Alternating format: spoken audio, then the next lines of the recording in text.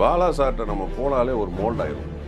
எனக்கு ஃபஸ்ட்டு படம் வந்து பார்த்தீங்கன்னா இதுக்கப்புறம் தான் நான் கடவுளுக்கு அப்புறம் தான் கிடச்சிது. இன்னைக்கு தமிழ் சினிமாவில் சூர்யா சார் ஆகட்டும், விக்ரம் சார் ஆகட்டும், அதே மீசை தானே சார் வச்சுருக்கிறீங்க, இதெல்லாம் கேட்பாங்க. ஏதோ ஒரு படத்துக்கு சின்ன மீசை வேணும்னா இந்த மீசையை பெரிய மீசையை எடுத்துட்டாங்க. அப்புறம் எனக்கு அங்கே மீசையை செஞ்சு கொடுத்தாங்க. இல்லை, டைரக்டர் வந்து அந்த படத்தை பார்த்து அவங்கள கூப்பிட்டாரு.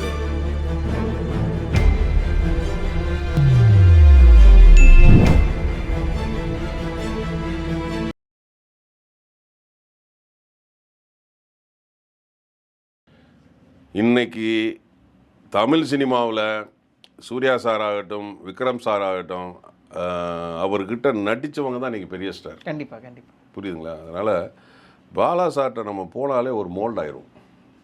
இப்போ வந்து நிறைய பேர் அவர்கிட்ட நடிக்கணும்னு தவம் இருக்கிறாங்க. அது வந்து ஒரு கிஃப்ட்டு. அவர்லாம் நம்ம தமிழ் சினிமாவில் ஒரு டைரக்டராக கிடைச்சது வந்து ஒரு மிகப்பெரிய கிஃப்ட்டு. அதுக்கப்புறம் நான் கடவுளுக்கு அப்புறம் நான் வந்து உங்களுக்கு ஒரு நல்ல நேம் வந்துச்சு. 3 மலையாள படம் நான் போனேன். அது லைக் மொழி தெரியாமல் நீங்கள் அங்கே போகிறீங்களா? அங்கே கஷ்டம். அங்கே வந்து நம்ம லாங்குவேஜ் வந்து அந்த மலையாளத்தை தமிழில் எழுதி வச்சு மனப்பாடம் பண்ணி பேசுறீங்க. அங்கே டப்பிங் எல்லாம் வேற ஒருத்தவங்க கொடுத்துருவாங்க. டப்பிங் வேற. முதல் மலையாள படம் யாரோட சார் பண்ணீங்க? எனக்கு ஃபஸ்ட்டு படம் வந்து பார்த்தீங்கன்னா இதுக்கப்புறம் தான் நான் கடவுளுக்கு அப்புறம் தான் கிடச்சிது. ராபின் ஹுட்னு ஒரு படம். ஓகே. பிருத்திவிராஜ் சாரோட. ஜோஷி சார்னு ஒரு மிகப்பெரிய இயக்குனர், பெரிய டைரக்டர். அவர் ஏர்போர்ட்லாம் பண்ணார். தமிழில் சத்யராஜ் சாரை வச்சு ஏர்போர்ட் பண்ணார். 2020ன்னு மம்முகா சாரையும் மம்முட்டி சாரையும் லால் சார் ஆல் மலையாள ஆர்டிஸ்ட் வச்சு ஒரு படம், பெரிய ஆர்டிஸ்டெல்லாம் வச்சு எல்லா மலையாள ஹீரோ வச்சு ஒரு படம் பண்ணார் 2020ன்னு. மிகப்பெரிய டைரக்டர் அவர். அதில் இப்போ அதில் பேசும்போதே என்கிட்ட கேட்கும்போதே மேனேஜர், சார் அதே மீசை தானே சார் வச்சுருக்கிறீங்க, இதெல்லாம் கேட்பாங்க.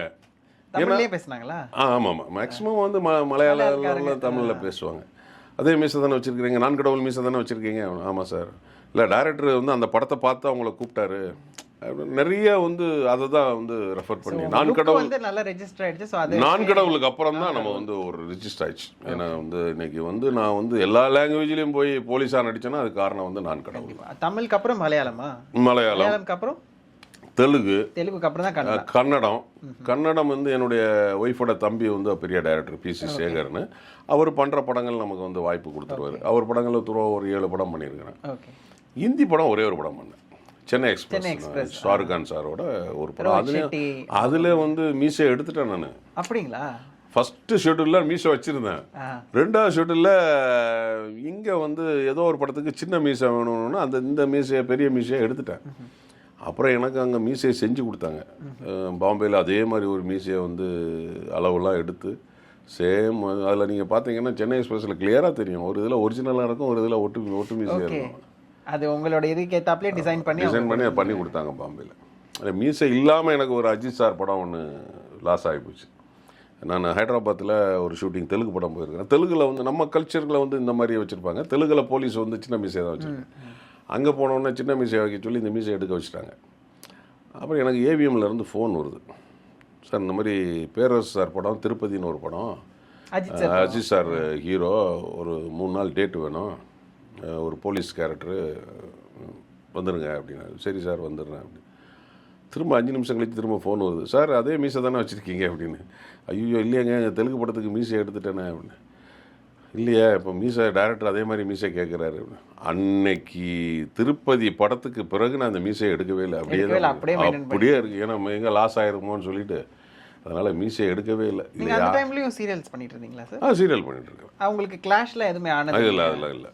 இந்த மாதிரி உங்களுக்கு வர வேண்டிய வாய்ப்பு உங்களுக்கு ஏதாவது தட்டி போயிருக்கு? நிறைய போயிருக்கு. என்னென்ன படங்கள் சார் அந்த மாதிரி? போக்கிரி போச்சு. ஓகே. போக்கிரியில் விஜய் சார் படம், அதில் ஒரு போலீஸ் மேட்ரு போச்சு. நிறைய படம். அது நம்ம சந்தர்ப்ப சூழ்நிலை வேறு இடத்துல ஷூட்டிங்கில் மாட்டியிருப்போம். புரியுதுங்களா? இப்போ நம்ம வந்து வேற ஒரு சின்ன படத்தில் போய் கமிட் ஆகிருப்போம். அப்புறம் அவங்களுக்கு டேட் கொடுத்துருப்போம், அட்வான்ஸ் வாங்கியிருப்போம். அது நம்ம அதை போய் பார்க்கணும். இதே மாதிரி நிறைய கிளாஷ் ஆகும். பெரிய படங்கள் வரும்போது வேறு வழி கிடையாது, நம்ம அங்கே கை நீட்டி காசு வாங்கிட்டோம், அது போய் தான் ஆகணும். அதெல்லாம் நிறைய படங்கள் எனக்கு வந்துட்டு உங்களுக்கு ஆஃபர் பண்ணுறேன்னு சொல்லிட்டு கடைசி நேரத்தில் வேற ஆர்டிஸ்ட்டை போட்டு அந்த மாதிரி அதெல்லாம் நிறையா நடக்கும். அது நம்மளை சொல்லுவாங்க, நீங்கள் தான் அதில் பண்ணுறீங்கம்மாங்க, அப்புறம் மாறும். அது சினிமாவில் வந்து ரொம்ப அது நிறைய நடக்கும். இப்போ நீங்க நிறைய வந்து இந்த போலீஸ் ரோல்ஸ் இந்த மாதிரி சீரியஸ் ரோல்ஸையும் தாண்டி காமெடி நிறைய பண்ணிருக்கீங்க. நம்ம காம்பினேஷன்ஸ் வடிவேல் சாரோடலாம் நம்ம நிறைய பார்த்திருக்கோம். முக்கியமா வில்லு படத்துலயா இருக்கட்டும், இந்த மாதிரி நிறைய படங்கள்ல வந்து அவரோட பண்ணிருக்கீங்க. விவேக் சாரையும் பண்ணிருக்கீங்களா? விவேக் சார் கூட பண்ணிருக்கேன். சோ பசுபதி ராசாக்காபாளையத்துல ஒரு போலீஸ் கமிஷனரா வரும், அவர் இன்ஸ்பெக்டரா நடிச்சிருப்பாரு. ஓகே, அப்ப வடிவேல் சாரோட காம்பினேஷன் பத்தி சொல்லுங்க. வடிவேல் சார் கூட நான் வந்துட்டு பாத்தீங்கன்னா 6 படம் பண்ணேன். இந்த கண்டக்டரா வருவேன். ஆமா, நல்ல காமெடி. அது ஹரிசார் படம். ஏன்னா ஹரிசார் வந்து ஆமா ஆமா, அது நல்ல காமெடி. அது ஏன்னா என்னமோ சொல்லுவார், அவனு அசதிக்கு இல்லாட்டாலும் வசதிக்கு அந்த டைலாக் ஏதோ ஒன்று வரும். ஆமாம் ஆமாம் ஆமாம். உன் வீட்டுக்காரர் என்ன சொல்கிறது, என்ன செய்கிறாருன்னா கண்டக்டர், ஓ கண்டாக்டரா அப்படின்னா அப்படி அந்த பொண்ணு திட்டம். இந்த கண்டக்டர், ஓ இந்த கிழிஞ்ச நோட்டெல்லாம் வாங்கிட்டு இந்த நல்ல டிக்கெட்டை கிழிச்சு கொடுப்பாரு அந்த வேலையா அப்படின்னு அந்த அருவா வச்சு வெட்டுவேன். நல்ல வேலை வெட்ட தெரியாதவன் கையில் கிடைச்சா அது ஹரிசார் தான். நமக்கு ஹரிசார் படங்கள் எல்லாமே நமக்கு வாய்ப்பு கொடுத்துருவாரு. மேக்ஸிமம் நான் வந்து அவர் படங்கள் ஒரு 13 படத்தில் வந்து ஒரு 10 படம் அவர் படம் நான் நடிச்சிருக்கேன். ஆமாம், இப்போ லாஸ்ட்டாக இந்த படம் நடிக்கலை. லாஸ்ட்டாக வந்து இவர் நம்ம விஷால் சார் பண்ணார், என்ன படம் அது, ரத்னம். ரத்னம் நான் நடிக்கலை, பட் அதுக்கு முன்னாடி ஏன் நான் நடித்தேன். ஒரு 13 படத்தில் 10 படம் ஒரு படம் நடிச்சிருக்கேன். அதில் வந்து வடிவேல் சார் கூட பண்ணேன். சுறாவில் வந்து உங்கள் அம்மா சத்தியமா, அது வந்து இவன்லாம் நாடகத்தில் போலீஸ் வேஷம் போட்டால் கூட நம்ப மாட்டான், இவனை நம்பி நீ 2000 ரூபா கொடுத்தியான்னு போட்டு அவனை அடிக்கிறது. அது அது அது அவருடைய டைலாக் தான். அது ஸ்பாட்டில் வந்து அவர் சொன்னார், போலீஸ்காரன் வந்து சத்தியம் பண்ண மாட்டான், உங்கள் அம்மா சத்தியமாக கேளுங்க. அது டைரக்டர் கூட சொல்லலை, இவர் தான் சொன்னார். வடிவேல் சாரோட ஐடியா தான் அது. அப்புறம் வந்து பார்த்தீங்கன்னா அந்த வில்லு படத்தில் என்னங்க என்னைய பார்த்துட்டான் அப்படின்னு, என்னங்க என்னைய முழுசா பார்த்துட்டான், என்ன யாரை கூப்பிட்ற நீ அப்படின்னா, அப்புறம் நான் அந்த சாப்பாடு தூக்குச்சட்டி சாப்பிட்டு தூக்கி போட்டு, டேய் எவன்டா என் பொண்டாட்டியை முழுசா பார்த்தவன் வந்து ஓடி வந்து அவர் அடிக்கிறது. அவர் கூட ஒரு 7 படம் பண்ணேன்னு நினைக்கிறேன். சுறா, வில்லு அப்புறம் வந்துட்டு இது ஒரு 7 படம் பண்ணேன் அவரோட. படிக்காதவனில் வந்து அவர் தான் ஃபஸ்ட்டு நடித்தார், வடிவேல் சார். விவேக் சார் வந்து அதுக்கப்புறம் தான் வந்தார். ஃபஸ்ட்டு வடிவேல் சார், அதே கெட்டப்பு, அதே அலாட் ஆர்மோ, அதே கெட்டப்பு, அதே மேட்ரு. நான் 2 பேர் கூட நடித்தேன். ஓகே, வடிவேல் சார் கூட நடித்தேன், விவேக் சார் கூட. பட் கடைசி நேரத்தில் விவேக் சார் போட்டாங்க. ஆமாம், வடிவேல் சார் வந்து என்ன ஆயிடுச்சுன்னா முதல் நாள் நடித்தார். ஓகே, ஃபஸ்ட்டு டேயே அதில் வந்து டிஸ்பியூட் ஆச்சு. ஏன்னா நாங்கள் அவரை வடிவேல் சாரை வச்சு 11 நாளோ 12 நாளோ டேட் பிளான் பண்ணி ஹைதராபாத் ராமஜோரா ஃபிலிம் சிட்டி ஷூட்டிங் போயாச்சு. எல்லோரும் காலையில் 7 மணிக்கு அசம்பிள். இவர் லேட்டாக தான் வந்தார், 10 மணிக்கு மேலே தான் வந்தார், 10-10:15 தான் வந்தார். எப்போதுமே அவர் லேட்டாக தான் வருவார். ஏன்னா அவர் ப்ராப்ளம் ஆகுங்களா? ஆமாம், ஹீரோலாம் கடுப்பாக. இன்னொரு விஷயம் என்னென்னா, வடிவேல் சார் அன்றைக்கெல்லாம் வந்து மணிக்கணக்கு நாள் கணக்கில் பேமெண்ட்டு. ஒரு கால் ஷீட்டுக்கு 10 லட்ச ரூபா வாங்கினார். ஒரு கால் ஷீட்டுக்கு 8 மணி நேரத்துக்கு 10 லட்ச ரூபா வாங்கினார். அவர் எப்படின்னா, அவரை நம்பி ஒரு 2 சீன் வந்து பிளான் பண்ணியிருப்பாங்க டைரக்டர். இவர் லேட்டாக வந்தார்னா என்னன்னா, இப்போ 10 நாள் 12 நாள் எடுக்கிறது 15 நாள் ஆகும்ல. ஆமாம், எக்ஸ்ட்ரா ஒரு 3 நாள் ஆகும்ல. அந்த கால்குலேஷன்லாம் இருக்கலாம், மேபி, நமக்கு தெரியாது. அவர் வந்தது 10:30 மணிக்கு தான் வந்தார். வந்தோடனே என்ன சீன் என்னெல்லாம் கேட்குறாரு. இந்த மாதிரி நீங்கள் வந்து இருக்கிறீங்க, நீங்கள் ஒரு தாதா, உங்களை ஒருத்தரை வந்து அடிச்சுக்கிட்டு இருக்காரு. அப்போ வந்து தனுஷாரும் அந்த சுமந்தன் அந்த சின்ன பையன் ஆந்திரா ஆர்டிஸ்ட் 2 பேரும் வந்து உங்கள்கிட்ட வந்து ஹெல்ப் கேட்குற மாதிரி சீனு அப்படின்லாம் சொல்கிறாங்க. அப்புறம் யார் என்னை அடிக்கிறது அப்படின்னோடனே நாங்கள் தூரமாக நிற்கிறேன். அந்த நிற்கிறாரு, அவர் தான் உங்களை அடிக்கிறது. நான் அதில் ஒரு டைலாக் பேசுவேன், என்னடா ராத்திரி படுத்துட்டு இருக்கும்போது என் பொண்டாட்டியை வேற ஒருத்தரோட கூட்டு ஓடி அனுப்பிட்டியா வச்சுட்டியா. இவர் இந்த மாதிரி தான் சேர்த்து வைப்பார், லவர்ஸை இந்த மாதிரி ஆளுங்கள்லாம் சேர்த்து வைப்பார்ல. அதனால் அவர் இன்ட்ரோடக்ஷன் சீனில் நான் அடிச்சுக்கிட்டு இருப்பேன். அப்போ யார் அப்படின்னா, இந்த அங்கே நிற்கிறாரு அவர் தான் அப்படின்னா. என்னை அப்படி பார்த்தார், பங்காளி ஆர்டிஸ்ட் வேறு ஆர்டிஸ்ட்டை மாற்றுங்க அப்படின்னு என் காதுலேயே கேட்குது. அப்படிலாம் சொன்னால் உடனே மாற்றிடுவாங்களா சார்? நார்மலி எந்த ஆக்டர் 3 படத்தில் எனக்கு சொன்னார் அதை. வில்லுலேயும் அதே மாதிரி சொன்னார். விஜய் சார் படத்துலையும் என்கிட்ட சொன்னார். அப்போ என்னை பார்த்துட்டு, இவர் சிராஜ் சார் இயக்குனர், டைரக்டர். அப்போது அவர் சொல்கிறாரு, ஹைதராபாத்தாக இருக்குது பங்காளி, தமிழ்நாடுனா கூட நம்ம ஆளை மாற்றிடலாம், டைலாக்கை டக்குன்னு பேசுகிறாங்க, இங்கே தெலுங்கு கஷ்டம் பங்காளி அப்படின்னு அவர் எனக்காக பேசுகிறாரு. ப்ளஸ் உண்மையும் பேசுகிறாரு. உண்மையும் அதுதான். இப்போ சென்னைனா வேறு ஒரு ஆர்டிஸ்ட் இமீடியட்டாக ஃபோன் போட்டு வர வச்சிடலாம், அங்கே நம்ம வர வைக்க முடியாது. சரின்னு சொல்லிட்டு அப்புறம் அந்த படத்தில் நான் நடித்தேன், அவர் கூட நடித்தேன். எக்ஸ்ட்ரானரியாக நடித்தார், அதில் மாற்றுக்கிறதே கிடையாது. அதில் 50% தான் விவேக் சார் நடித்தார். ஏன்னா நான் அவர் கூடயே நடித்தேன், இவர் கூடயே நடித்தேன். ஸோ அதனால நம்ம பார்க்கும்போதே தெரியும். அந்த இது நான் போய்கிட்டே இருக்கு. மதியம் வந்து லஞ்ச் ஹவர், எல்லோரும் அசம்பிள் ஆகிட்டாங்க. இவர் 3 மணிக்கு தான் வந்தார். அப்போது ஒரு டைலாக் பேசும்போதே இவர் தனுஷ் சாரை பார்த்து பேசணும். இவர் வந்து இப்படி திரும்பிக்கிட்டார். கட்டுங்கிறாரு டைரக்டர். சார் நீங்கள் ஆர்டிஸ்ட்டை பார்த்து பேசுங்க அப்படின்னு. இல்லை நான் மைண்ட் வாய்ஸ் போட்டுக்கிறேன் அப்படின்னு ஏதோ சொல்கிறார். இவர் அவரோட சஜஷன் சொல்கிறாரு. எப்போதுமே அவர் மைண்ட் வாய்ஸ் நிறையா அவர் படத்தில் வரும். பேசிகிட்டே இருக்கும்போது இப்படி திரும்ப வரும், மைண்ட் வாய்ஸில் ஒரு நிறையா அது வரும். அவர் சிராஜ் சார் வந்து சொல்கிறார், இல்லை பங்காளி அவரை பார்த்தே பேசுங்க. இது வந்து ஒரு 7 டேக் போயிடுச்சு. 8வது டேக் வரும்போது கேமராமேன் வந்து லைட் ஏதோ மாற்றி வைக்கார். இவர் மைக்கில் சிராஜ் சார் சொல்கிறாரு, அண்ணனுக்கு நிமிஷத்துக்கு காசு போகுது அப்படின்னு மைக்கில் சொல்கிறாரு. அவர் கேமராமேன் சொல்கிறாரு, ஏங்க 7 டேக் போயிடுச்சு, 8வது டேக்கில் மாற்றிட்டு இருக்கீங்க, நிமிஷத்துக்கு அண்ணனுக்கு காசு போயிட்டுருக்குங்க அப்படின்னு ஏதோ சொன்னோன்னா அவர் டைரக்டர் அப்படி ஒரு முறை மறைச்சார். 8 டேக்கு, 9 டேக்கு, 10 டேக்கு, 11, 12, 13 டேக் போயிடுச்சு. இவர் சிராஜ் சார் வேண்டாங்கிறாரு. இவர் அதை தான் பண்ணுறாரு, மைண்ட் வாய்ஸ் போடுறேன்னு திரும்பிக்கிறாரு. தனுஷ் சார் சும்மா இல்லாமல் என்ன பண்ணிட்டார், பொதுவாக வந்து சொல்லக்கூடாது. தனுஷ் சார் சொல்கிறாரு, அண்ணே டைரக்டர் சொல்கிறது கொஞ்சம் கேளுங்கண்ணே அப்படின்ட்டு. அப்படி சொல்லிட்டாரா? ஆமாம், அது சொல்லக்கூடாது. அதுக்கு முன்னாடி வரைக்கும் தனுஷ் சாருக்கு ஒரு காம்பினேஷன் கிடையவே கிடையாது. இந்த ஒரு காம்பினேஷன் இதுக்கு அப்புறமும் கிடையாது. இல்லை, இருந்ததே இதுக்கு அப்புறமும் கிடையாது. இல்லை. ஸோ அது தனுஷ் சார் சொன்னோன்னே முறைச்சிட்டார் அவர். பொதுவாகவே எந்த ஹீரோவும் சொல்ல மாட்டாங்க, கண்டுக்க மாட்டாங்க. அதுக்கப்புறம் வந்து ஒரு 2-3 டேக் கழித்து எடுத்துகிட்டு ஓகே ஆயிடுச்சு. அதுக்கப்புறம் நைட்டு ஏதோ சம்பவங்கள் நடந்திருக்கு. அந்த சம்பவங்களில் இவர் சொல்கிறாரு, இவன் மாமனுக்கே நான் தான் சொல்லி கொடுத்தேன், இவர் என்னையை வந்து டைரக்டர் சொல்கிறத கேளுங்கிற. அவன் மாமனை ரஜினி சார் சந்திரமுகிக்கு இவர் தான் சொல்லி கொடுத்தாராம். இது அதுக்கப்புறம் அவங்க உள்ள கூட இருந்தவங்க அடுத்த நாள் நம்மக்கிட்ட வந்து சொல்கிறது. Vadivel sir serious person sir off screen, அது நமக்கு தெரியாது. அடுத்த நாள் 2வது நாள் சீனு வந்து என்னன்னா, சுமன் சார் கூட பேசுகிறது, டீலிங் பேசுகிறது, கால் அமைக்கி விடுறது, பாத்ரூமில் போய் அழுகுறது, தாதான்னு சொல்லிட்டு வந்து இவர் நான் நடிக்க மாட்டேன் அப்படின்ட்டு பிரிக்கிறது. நான் தமிழ்நாட்டில் பெரிய ஆர்டிஸ்ட்டு, நான் போய் சுமன் சார் காலெல்லாம் பிடிக்க முடியாதுன்ட்டு. இவர் டைரக்டர் சொல்லார், சார் அது சீன் அப்போ தான் சார் நல்லா இருக்கும், எஃபெக்டாக இருக்கும், அதெல்லாம் சீனை மாற்றுங்க. நான்லாம் காலெல்லாம் பிடிக்க முடியாது. நடிப்பு தானேங்க, நாய் வேஷம் போட்டாச்சு, குறைச்சி தானே ஆகணும். இவர் முடியாதுங்கிறார். அதுக்கப்புறம் ஒரு 10:30 மணி 11 மணிக்கு மேலே எனக்கு வயிறு கலக்குது, நான் வந்து ரூம் போயிட்டு வரேன்ட்டு போயிட்டார். அவ்வளோதான் போயிட்டாரா? போனவர் தான் வரவே இல்லை.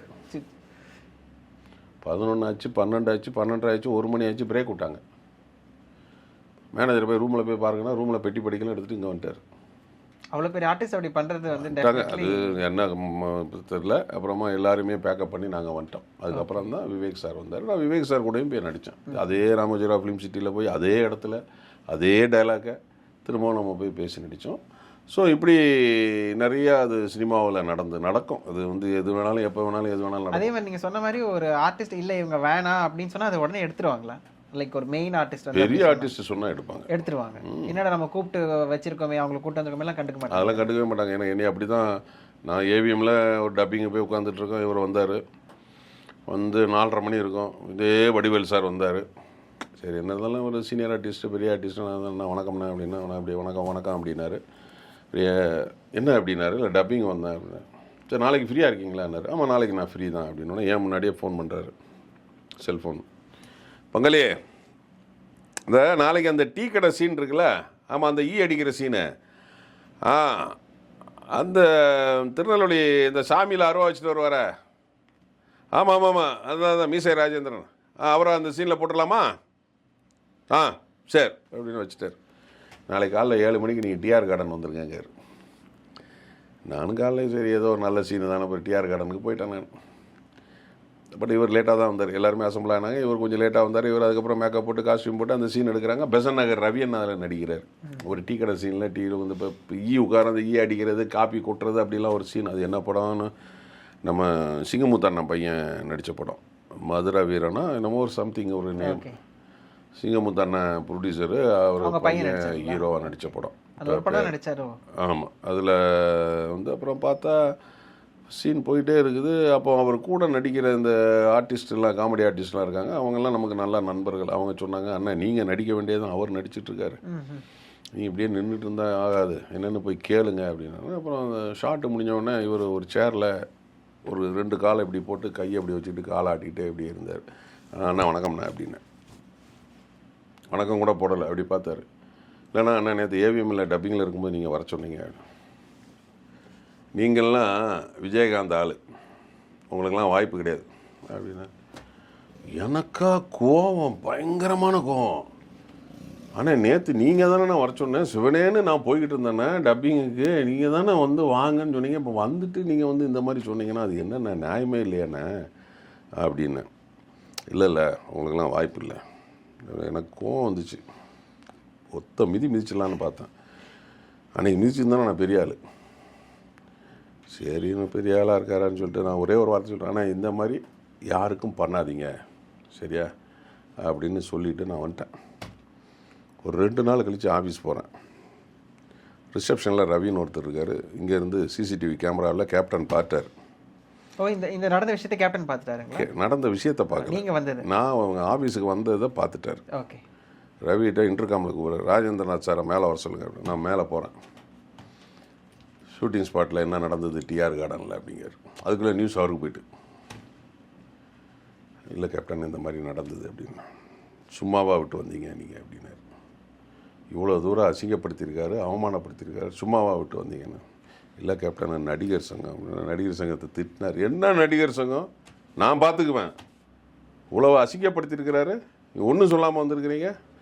நான் வந்து சொன்னதை என்றைக்குமே செஞ்சதை நான் சொல்லி காட்ட மாட்டேன், பட் இந்த விஷயத்தில் நான் சொல்லி காட்டணும். சின்ன கவுண்டர் படத்தில் வந்து கவுண்டமணி அண்ணன் வந்து மணி அண்ணன் வந்து இவரை வந்து போட வேண்டான்ட்டார். என்கிட்ட வந்து அழுதாப்புல.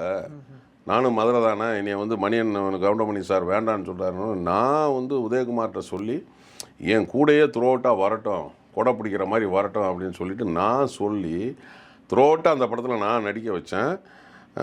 மாற்று துணி கூட கிடையாது, நான் 8 வேஷ்டி 8 சட்டை நான் வாங்கி கொடுத்தேன்.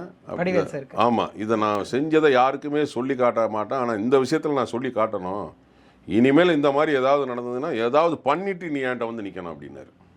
ஒருவேளை அன்னைக்கு விஜயகாந்த் சார் ஒத்துக்கலன்னா வடிவேல் சார் வந்திருக்கும் அன்று. ஏங்க அதுக்கப்புறம் தானே நீங்கள் நல்லா பாருங்கள், அவருடைய கிராஃபு, அவருடைய அந்த கேரியர் எப்படி வந்ததுன்னு பார்த்தீங்கன்னா, சின்ன கவுண்டர்களுக்கு அப்புறம் சிங்காரவேலன் ஒரு படம் நடிக்கிறார். கமல் சார் படம் நீங்கள் சின்ன கவுண்டரில் உதயகுமார் சார் கேப்டன் சொன்னதுனால வாய்ப்பு கொடுத்து சிங்காரவேலனில் ஆர் உதயகுமார் சார் வாய்ப்பு கொடுக்காரு. Singaravelan director R Udhayakumar sir. சிங்காரவேலனில் நடித்ததுனால தான் தேவர் மகனில் கமல் சார் வாய்ப்பு கொடுக்குறாரு. அதுக்கப்புறம் தான் அவர் கிராஃப்ட் மேலே ஏறுது. புரியுதுங்களா? அதனால தான் சொல்கிறேன் நான். இதை வந்து இப்போ எங்களுடைய அந்நியாரே வந்து என்ன சொன்னாங்கன்னா, அவரை பற்றி பேசாதீங்க அப்படின்னா. இப்போ ஒரு 15-20 நாளைக்கு முன்னாடி கூட சொன்னாங்க, ஏங்க அவர் கேரக்டர் அப்படி தான், எதுக்கு நீங்கள் அவரை பற்றி பேசிட்டு இந்த சம்பவம் நடந்த டைமில் வந்து கட்சியிலலாம் இருந்தாப்லையா கேப்டன் சார்? இல்லை நடிச்சிட்டு தான் இருந்தார்? கட்சியில் இருந்தார், அப்போ நடிக்கலை. ஓகே, அப்போவே அவங்களுக்குள்ள அந்த இல்லை அது வந்து அவர் அந்த டெத்தில் கேப்டனோட மாமா டெத்தில் அவர் வடிவேல் சாருடைய ஆஃபீஸில் அவங்க முன்னாடி காரை நிப்பாட்டி இருந்திருக்காங்க. அதில் வந்து ஒரு சின்ன கிளாஸ் ஆயிடுச்சு. அது அப்படியே இவர் வந்து அது கரெக்டாக ஆளுங்கட்சி அந்த நேரம் திமுக அது கரெக்டாக யூஸ் பண்ணாங்க, இவரை வச்சு யூஸ் பண்ணாங்க. ஸோ அந்த கான்ட்ரவர்சி அது வரைக்கும் கண்டினியூவாக போச்சு. ஓகே, இந்த மாதிரி நீங்கள் லைக் நிறைய அவமானங்கள் நீங்கள் நிறைய அவமானங்கள், நிறைய இழப்புகள்.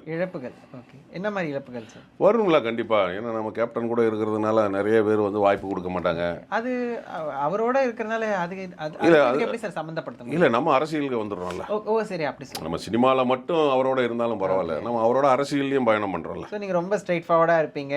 ஆமாம், நம்ம ஆமாம் கண்டிப்பாக. ஏன்னா இப்போ நிறைய நடிகர்களுக்கு வந்து அந்த என்ன சொல்கிறது கொடுப்பினை கிடையாது. இப்போ நிறைய நடிகர்கள் வந்து அவர் கூட சினிமாவில் பயணம் பண்ணியிருப்பாங்க.